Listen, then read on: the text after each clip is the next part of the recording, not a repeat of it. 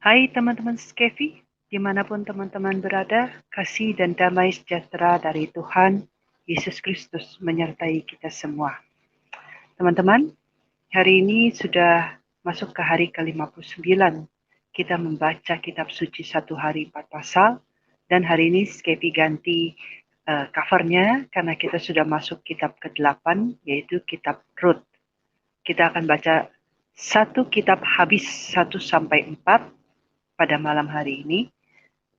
Namun sebelumnya kita akan masuk ke Hakim-Hakim 21 karena pada perekaman kemarin, pembacaan kemarin, detik-detik terakhir ternyata ada trouble dengan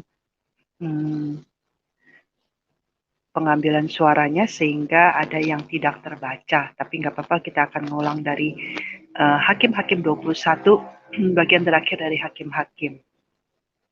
Dan ayat kita hari ini adalah diambil dari Rut 1 ayat 16 yang luar biasa dari Rut punya kesetiaan dan juga kepercayaannya pada apa yang mertuanya pegang, yaitu Rut berkata, tetapi kata Rut, janganlah desak aku meninggalkan engkau dan pulang dengan tidak mengikuti engkau.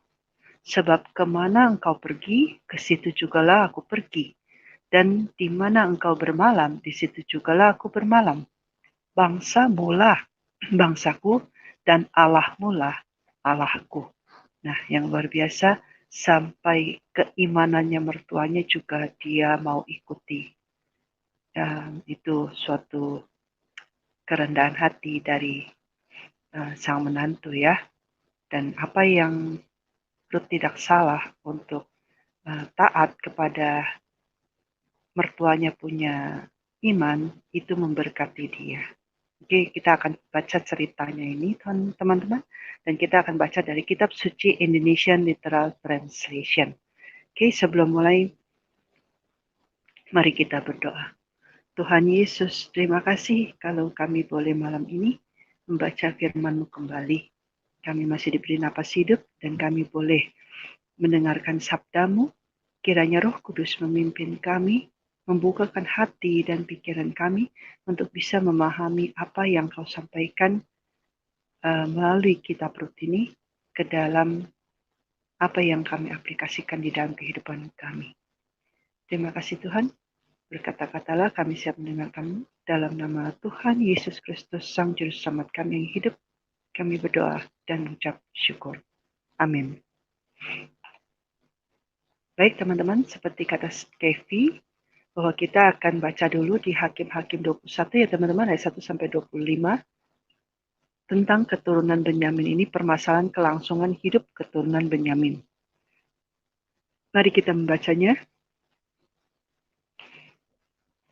Dan orang Israel telah bersumpah di Mizpah, tidak satu orang pun dari kita akan memberikan anak perempuannya kepada orang Benyamin menjadi istrinya. Lalu bangsa itu datang ke Betel dan duduk di hadapan Elohim sampai petang. Dan mereka pun menyaringkan suaranya dan menangis dengan sangat keras. Dan berkatalah mereka, mengapa ya Yahweh Elohim Israel telah terjadi hal ini di antara orang Israel, bahwa dari antara orang Israel hari ini akan berkurang satu suku. Dan terjadilah keesokan harinya, bangsa itu bangun pagi-pagi, lalu mendirikan mezbah di situ. Dan menaikkan persembahan bakaran dan persembahan pendamaian. Lalu Bani Israel berkata, siapakah dari seluruh suku Israel yang tidak ikut datang dengan jemaat ini untuk menghadap Yahweh? Sebab mereka telah bersumpah dengan sungguh-sungguh mengenai orang yang tidak datang menghadap Yahweh di Mizpah dengan mengatakan, ia pasti dihukum mati. Dan Bani Israel menyesalkan keadaan orang Benyamin, saudaranya itu, dan berkata, hari ini satu suku dari Israel telah dipangkas. Apakah yang akan kita perbuat untuk mereka yang tinggal itu dalam hal mencarikan istrinya? Sebab kita memang telah bersumpah demi Yahweh untuk tidak memberikan seorang pun dari anak-anak perempuan kita kepada mereka menjadi istrinya. Lalu berkatalah mereka, dari suku-suku Israel, adakah satu yang tidak datang menghadap Yahweh di Mizpah? Lalu tampaklah bahwa dari Yabes Gilead tidak ada seorang pun yang datang ke perkemahan jemaat itu. Lalu bangsa itu menghitung sendiri jumlah mereka, dan tampaklah tidak ada seorang pun dari penduduk Yabes Gilead yang hadir. Dan jemaat itu mengirim 12.000 orang-orang gagah perkasa ke sana dengan memerintahkan mereka, pergilah, pukullah penduduk Yabes Gilead dengan mata pedang, juga wanita-wanita dan anak-anaknya.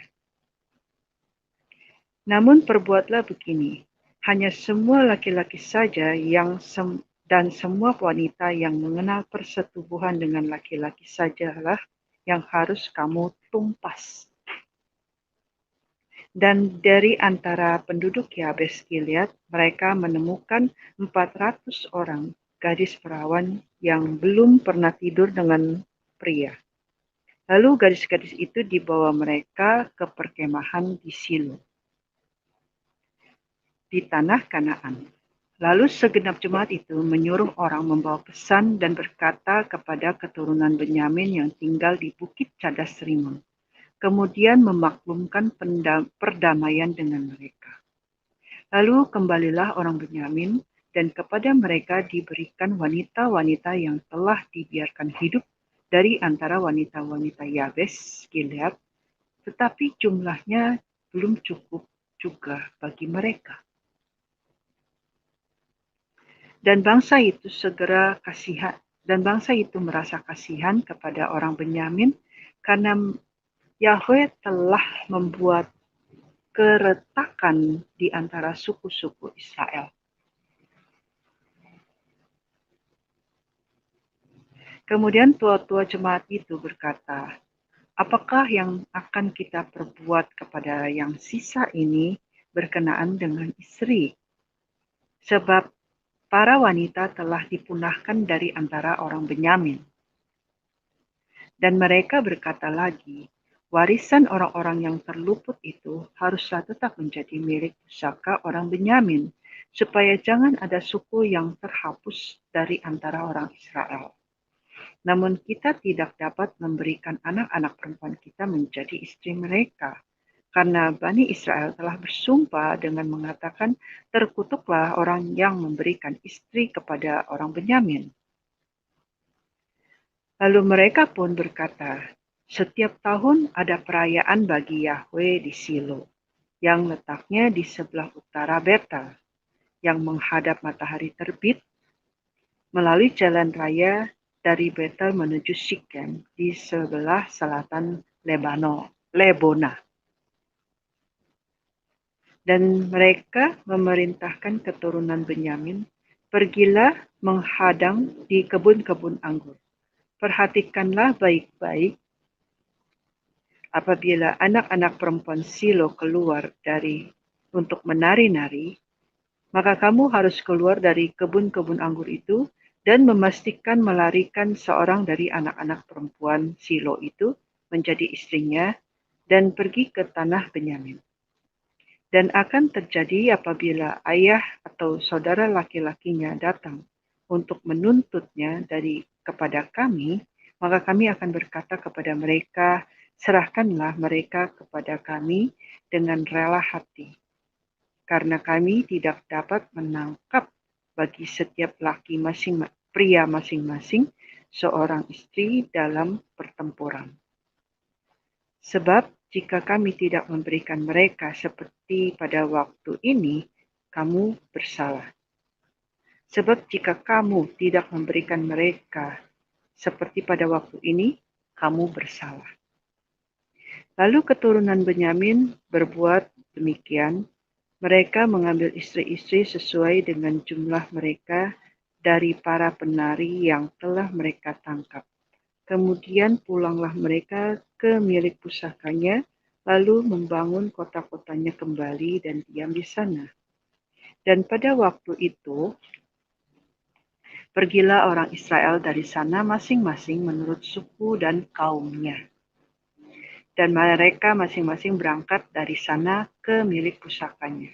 Pada zaman itu, tidak ada raja di antara orang Israel. Setiap orang berbuat apa yang benar menurut pandangannya sendiri. Nah, setelah ini baru kita masuk ke kitab baru kita, teman-teman. Kitab yang hari ini akan kita baca yaitu Rut. Kita baca dari Rut 1 ayat 1 sampai 5 tentang riwayat keluarga Naomi. Dan terjadilah pada masa memerintahnya hakim-hakim bahwa ada kelaparan di negeri itu.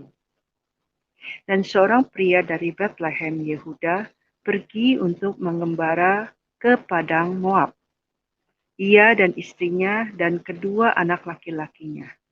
Adapun nama pria itu ialah Elimelek dan nama istrinya Naomi. Dan nama kedua anak laki-lakinya Mahlon dan Kilion, orang-orang Efrata dari Bethlehem, Yehuda. Dan tibalah mereka di padang Moab, dan tinggallah mereka di sana. Kemudian matilah Elimelek, suami Naomi, dan dia ditinggal, ia dan kedua anak laki-lakinya. Dan mereka mengambil istri bagi mereka dari wanita-wanita Moab. Nama yang pertama adalah Oprah, dan nama yang kedua adalah Ruth. Dan mereka tinggal di sana sekitar 10 tahun. Dan juga matilah mereka keduanya, yakni Mahlon dan Kilion. Dan wanita itu ditinggal oleh kedua anak laki-lakinya dan oleh suaminya. Kita lanjut ke Rut 1 ayat 6 sampai 15, yaitu Naomi dan kedua menantunya. Kemudian bangkitlah dia dan kedua menantunya, menantu perempuannya, dan pulang dari padang Moab. Karena dia telah mendengar di padang Moab bahwa Yahweh telah melawat umatnya dengan memberi makanan kepada mereka. Maka dia berangkat dari tempat di mana dia tinggal di sana dan kedua menantunya bersamanya. Dan mereka menempuh perjalanan untuk pulang ke tanah Yehuda. Dan Naomi berkata kepada kedua menantunya, "Pergilah, kembalilah masing-masing ke rumah ibumu. Biarlah Yahweh berbuat kebaikan kepadamu seperti yang pernah kamu lakukan kepada orang-orang yang sudah mati itu dan kepadaku. Biarlah Yahweh memberi anugerah kepadamu dan masing-masing temukanlah tempat berlindung di rumah suamimu." Dan dia mencium mereka, lalu mereka menyaringkan suara dan menangis. Dan mereka berkata kepadanya, "Karena kami ingin pulang bersamamu kepada bangsamu." Dan Naomi berkata, "Pulanglah, anak-anakku. Mengapa kamu harus berangkat bersamaku? Masihkah padaku ada anak laki-laki dalam kandunganku untuk menjadi suami bagimu? Pulanglah, anak-anakku, pergilah, karena aku terlalu tua untuk bersuami lagi. Walaupun aku berkata ada harapan bagiku, bahkan malam ini aku mendapatkan seorang suami, dan bahkan aku melahirkan anak-anak lelaki. Apakah dalam hal ini kamu mau menanti sampai mereka menjadi dewasa? Apakah dalam hal ini kamu mau menutup diri untuk tidak bersuami? Jangan, anak-anakku, karena bagiku jauh lebih pahit daripada bagimu. karena tangan Yahweh telah pergi daripadaku. Maka mereka menyaringkan suaranya dan menangis lagi. Lalu Orpa mencium ibu mertuanya, tetapi Rut tetap berpaut padanya. Dan dia berkata, "Lihatlah, ipar perempuanmu telah pulang kepada bangsanya dan kepada ilah-ilahnya. Pulanglah menyusul ipar perempuanmu." Lalu kita lanjut teman-teman ke Rut 1 ayat 16 sampai 22. Dan Rut berkata, "Janganlah mendesak aku untuk meninggalkanmu, agar pulang dari mengikutimu, karena kemana engkau pergi, aku akan pergi, dan di mana engkau tinggal, aku akan tinggal. Bangsamu adalah bangsaku, dan Elohimmu, Elohimku. Di mana engkau mati, aku akan mati, dan di sanalah aku akan dikuburkan. Biarlah Yahweh melakukan demikian kepadaku.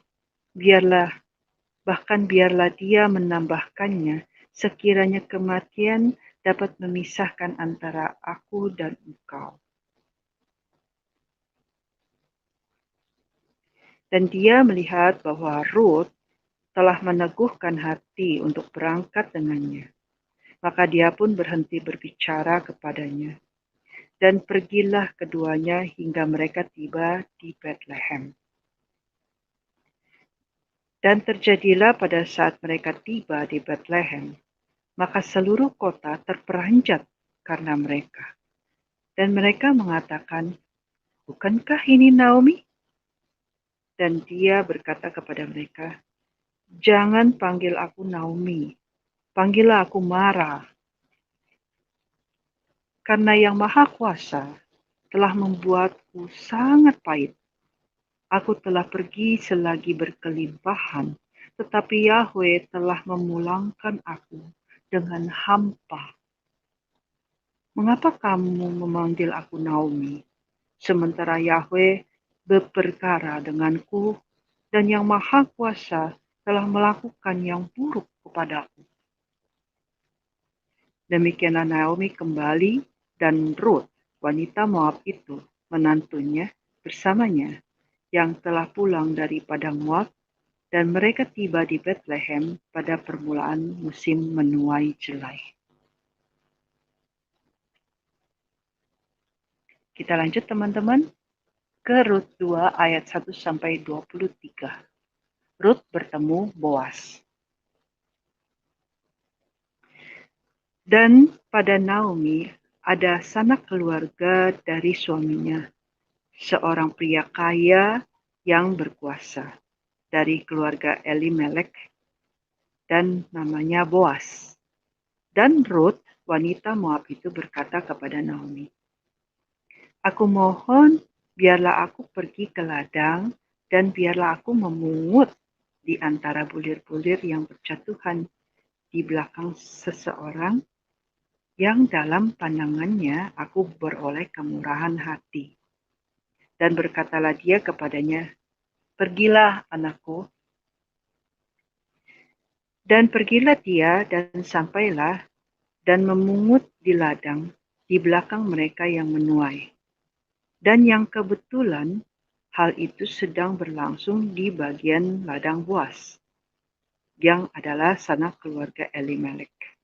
Dan lihatlah, Boas datang dari Bethlehem, dan dia berkata kepada mereka yang menuai,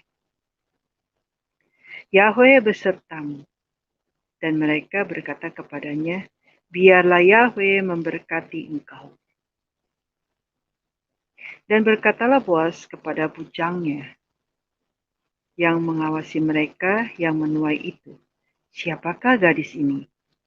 Dan bujang yang mengawasi mereka yang menuai itu menjawab dan berkata, "Dia adalah gadis Moab yang pulang bersama Naomi dari padang Moab. Dan dia telah berkata, 'Aku mohon, biarlah aku memungut dan mengumpulkan di antara berkas-berkas di belakang mereka yang menuai.'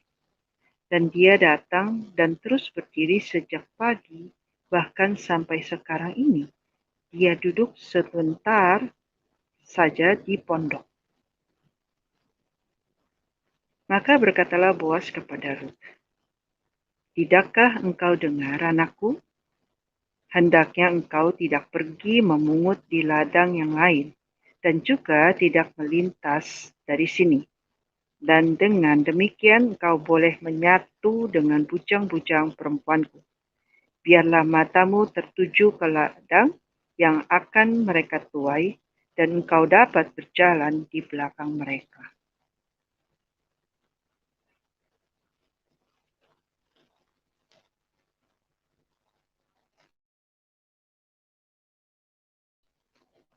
Bukankah aku telah memerintahkan kepada para bujang itu agar tidak mengganggumu? Ketika engkau haus, maka engkau dapat pergi ke tempayan-tempayan itu dan minum dari apa yang diciduk oleh para bujang itu. Maka tersungkurlah dia dan sujud menyembah dengan mukanya ke tanah, dan dia berkata kepadanya, "Mengapa aku beroleh kemurahan hati di matamu dengan memberi perhatian kepadaku, padahal aku orang lain?" Dan Boas menjawab serta berkata kepadanya, "Secara lengkap telah diceritakan kepadaku semua yang telah engkau perbuat terhadap ibu mertuamu sesudah kematian suamimu. Dan engkau telah meninggalkan ayah dan ibumu dan tanah kelahiranmu, dan pergi kepada bangsa yang tidak kamu kenal kemarin dan hari-hari sebelumnya. Biarlah Yahweh membalas perbuatanmu, dan biarlah upahmu menjadi lengkap dari Yahweh, Elohim Israel, yang di bawah sayapnya engkau telah datang untuk mencari perlindungan." Dan dia berkata, "Biarlah aku mendapatkan kemurahan hati di matamu, ya Tuanku, karena engkau telah menghiburku dan karena engkau telah berbicara kepada hati hambamu. Sekalipun aku bukanlah salah seorang dari hamba-hamba perempuanmu." Dan Boas berkata kepadanya, "Ketika waktu makan mendekatlah kemari. Engkau boleh makan roti ini dan celupkanlah potongan rotimu ke dalam cuka ini." Maka duduklah dia di sebelah mereka yang menuai, dan Boas menjulurkan bulir bakar kepadanya, dan dia makan dan menjadi kenyang. Lalu dia menyisakan. Kemudian dia bangun untuk memungut, maka Boas memerintahkan kepada bujangnya dengan mengatakan, dia boleh memungut bahkan di antara berkas-berkas itu, dan kamu tidak boleh mempermalukan dia. Dan juga haruslah kamu sungguh-sungguh menghamburkan untuknya dari ikatan-ikatan jelai itu dan meninggalkannya, agar ia memungutnya dan kamu tidak boleh menghardiknya.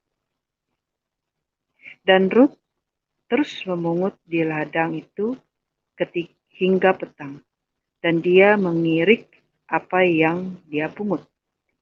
Dan banyaknya ada kira-kira 1 eva jelai. Dan dia membawanya, dan dia masuk ke kota, dan ibu mertuanya melihat apa yang telah dia kumpulkan. Dia juga mengeluarkan dan memberikan kepadanya apa yang masih tersisa dari kekenyangan makannya. Dan ibu mertuanya berkata kepadanya, "Di manakah engkau memungut hari ini, dan di manakah engkau bekerja? Biarlah orang yang telah memerhatikanmu itu diberkati." Dan dia menceritakan kepada ibu mertuanya mengenai orang yang ia telah bekerja padanya, dan dia berkata, "Nama pria yang aku telah bekerja padanya hari ini adalah Boas." Dan berkatalah Naomi kepada menantunya, "Dialah orang yang diberkati Yahweh, yang tidak pernah melupakan kebaikannya atas orang yang hidup dan yang mati." Dan Naomi berkata kepadanya, "Pria itu adalah orang dekat dengan kita. Dialah seorang di antara para penebus kita.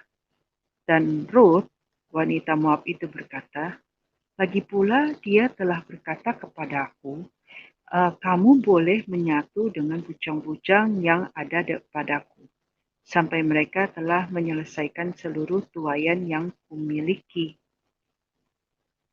Namun Naomi berkata kepada Ruth, menantunya, anakku, alangkah baik bahwa engkau pergi bersama bujang-bujang perempuannya, agar tidak ada laki-laki yang menghadangmu di ladang lain. Maka dia pun menyatu dengan bujang-bujang perempuan Boas untuk memungut sampai selesainya panen jelai dan panen gandum. Dan dia tinggal bersama ibu mertuanya. Mari kita lanjut teman-teman ke Rut 3 ayat 1 sampai 18. Boas bersedia menebus Rut.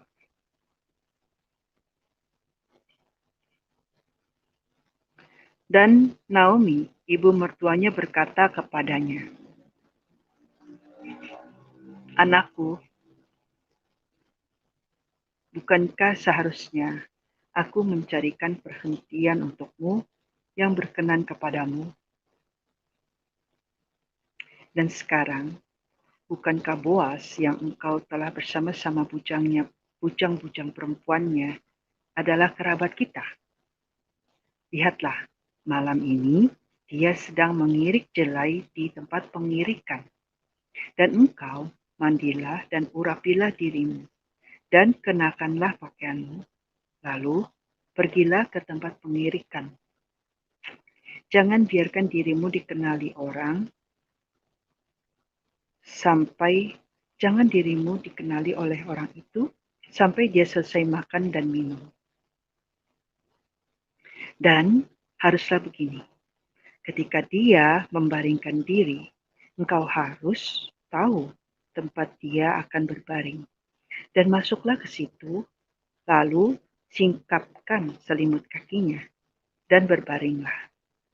Dan dia akan mengatakan kepadamu apa yang harus engkau lakukan.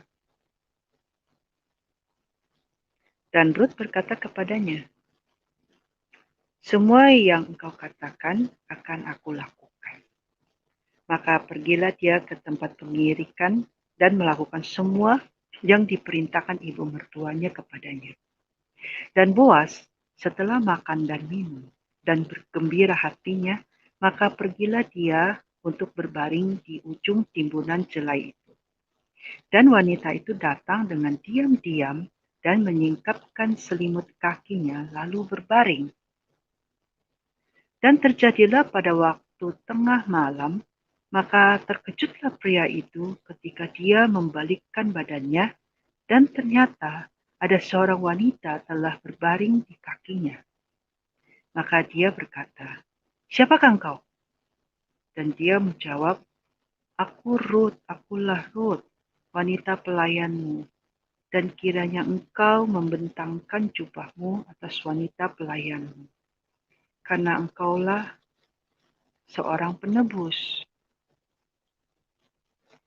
Dan dia berkata, diberkatilah engkau oleh Yahweh anakku. Engkau telah melakukan yang baik. Kebaikanmu yang terakhir lebih daripada yang permulaan. Engkau tidak mengejar teruna-teruna, baik yang miskin maupun yang kaya. Dan sekarang anakku, janganlah takut. Semua yang telah engkau katakan akan kulakukan kepadamu. Karena semua orang-orangku di pintu gerbang tahu bahwa engkau adalah seorang wanita berbudi. Dan sekarang memang benar bahwa aku adalah penebusmu. Tetapi masih ada satu lagi seorang penebus yang lebih dekat daripadaku.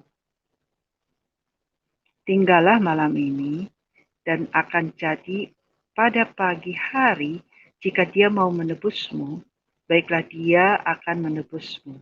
Tetapi jika dia tidak senang untuk menebusmu, maka aku akan menebusmu demi Yahweh yang hidup. Berbaringlah terus sampai pagi. Dan berbaringlah dia di kakinya hingga pagi, lalu bangun sebelum seseorang dapat mengenal sesamanya. Dan Boas berkata, biarlah biarlah tidak diketahui orang bahwa seorang wanita telah datang ke tempat pengirikan. Lalu ia berkata, siapkanlah selendang yang ada padamu dan menadahlah dengannya. Lalu dia menadah dengannya dan dia menakar 6 takar jelai, lalu menuangnya kepadanya. Kemudian pergilah dia ke kota. Ketika dia datang kepada mertuanya, maka berkatalah dia, bagaimanakah engkau, hai anakku? Dan dia menceritakan kepadanya segala yang telah pria itu lakukan kepadanya. Dan dia berkata, 6 takar jelai ini dia berikan kepadaku, karena dia berkata, engkau tidak boleh pulang dengan tangan kosong kepada ibu mertuamu. Dan dia berkata, duduklah anakku, sampai engkau dapat mengetahui bagaimana duduk perkaranya, karena pria itu tidak akan berhenti sampai dia telah menyelesaikan perkaranya hari ini.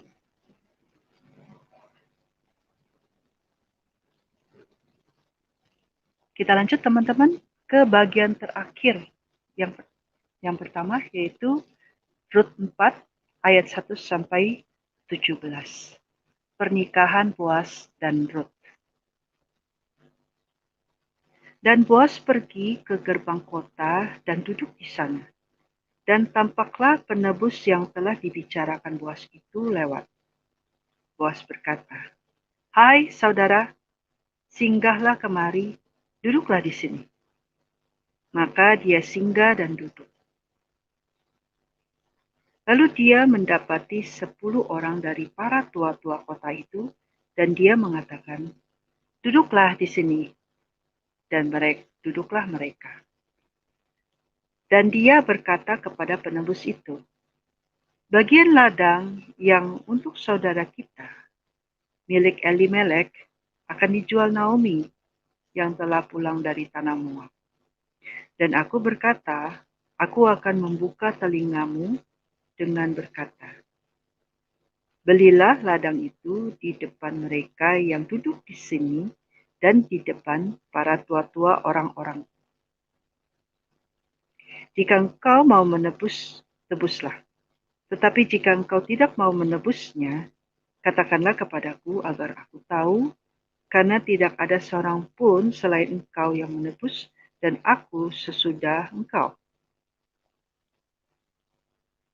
Dan penebus itu berkata, aku mau menebusnya. Dan Boas berkata, pada hari engkau membeli tanah itu dari tangan Naomi, maka engkau telah membeli pula dari Rut, wanita Moab itu, yakni istri orang yang telah meninggal itu, untuk menegakkan nama orang yang telah meninggal di atas warisannya. Kemudian penebus itu berkata, aku tidak sanggup menebusnya bagi diriku, karena jika demikian aku akan merusak milik pusakaku sendiri. Engkau tebuslah bagi dirimu hakku untuk menebus itu, karena aku tidak sanggup untuk menebus. Dan dulu beginilah yang berlaku di Israel dalam suatu penebusan dan dalam suatu pertukaran untuk meneguhkan setiap perkara. Seseorang akan melepaskan kasutnya dan memberikannya kepada sesamanya. Dan itulah cara pengesahan di Israel. Dan penebus itu berkata kepada Boas, belilah bagi dirimu. Dan dia melepaskan kasutnya. Maka Boas berkata kepada para tua-tua dan kepada semua orang itu, kamulah para saksi pada hari ini bahwa aku telah membeli semua yang menjadi milik Elimelek dan semua yang menjadi milik Kilion dan Mahlon dari tangan Naomi.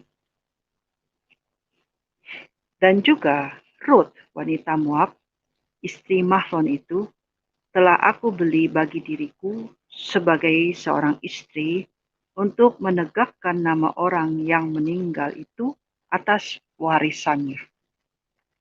Supaya nama orang yang meninggal itu tidak akan lenyap dari antara saudara-saudaranya dan dari pintu gerbang tempat tinggalnya. Kamulah para saksi pada hari ini.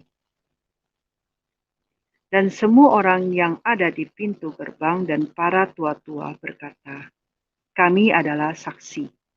Biarlah Yahweh menjadikan wanita yang sedang masuk ke rumahmu itu seperti Rahel dan Lea, yang keduanya telah membangun keturunan Israel. Dan lakukanlah mujizat di Efrata, serta serukanlah suatu nama di Bethlehem.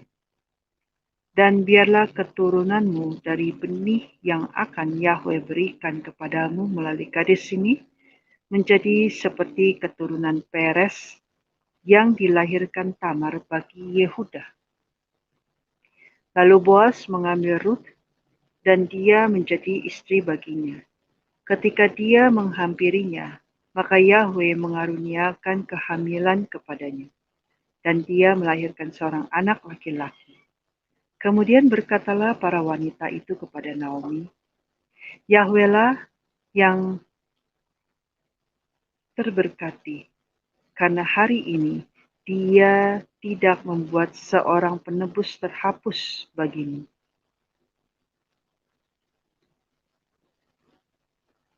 Maka biarlah namanya termasyhur di Israel, dan biarlah dia menjadi sebagai pemulih kehidupan bagimu dan sebagai penopang hari tuamu, karena menantumu yang mencintaimu telah melahirkannya, dia yang bagimu lebih berharga daripada 7 anak laki-laki.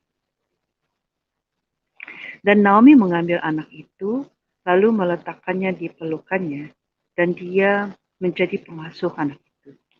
Dan para tetangga menyebutkan baginya sebuah nama dengan mengatakan, seorang putra telah dilahirkan bagi Naomi. Dan mereka menyebutkan namanya Obed. Ia adalah ayah Isai, ayah Daud.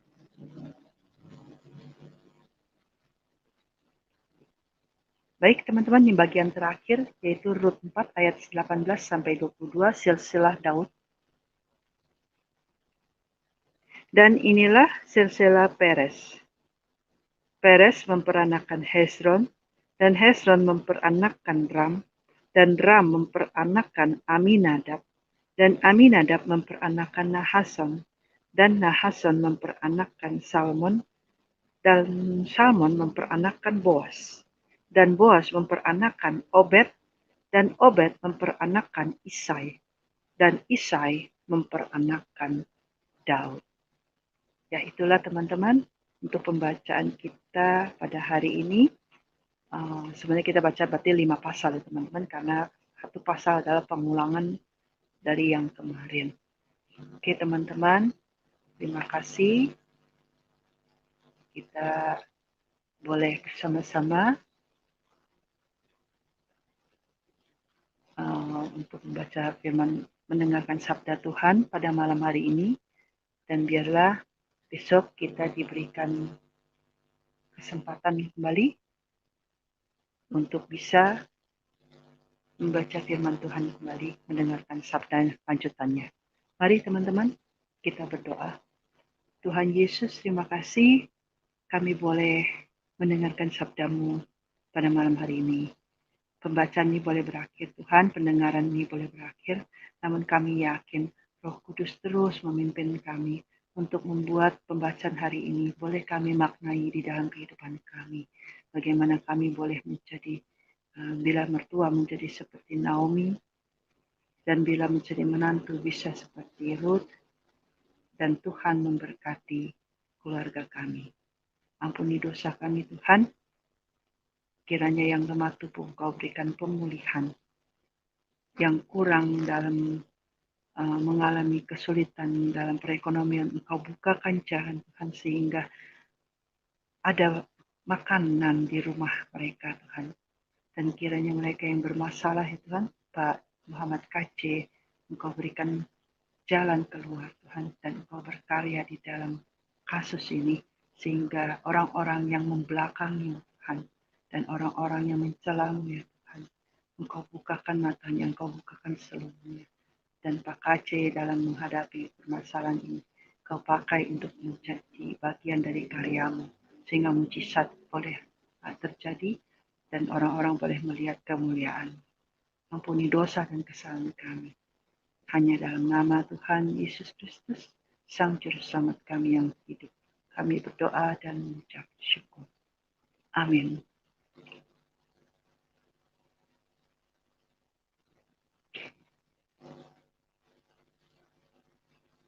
Tuhan Yesus memberkati kita semua.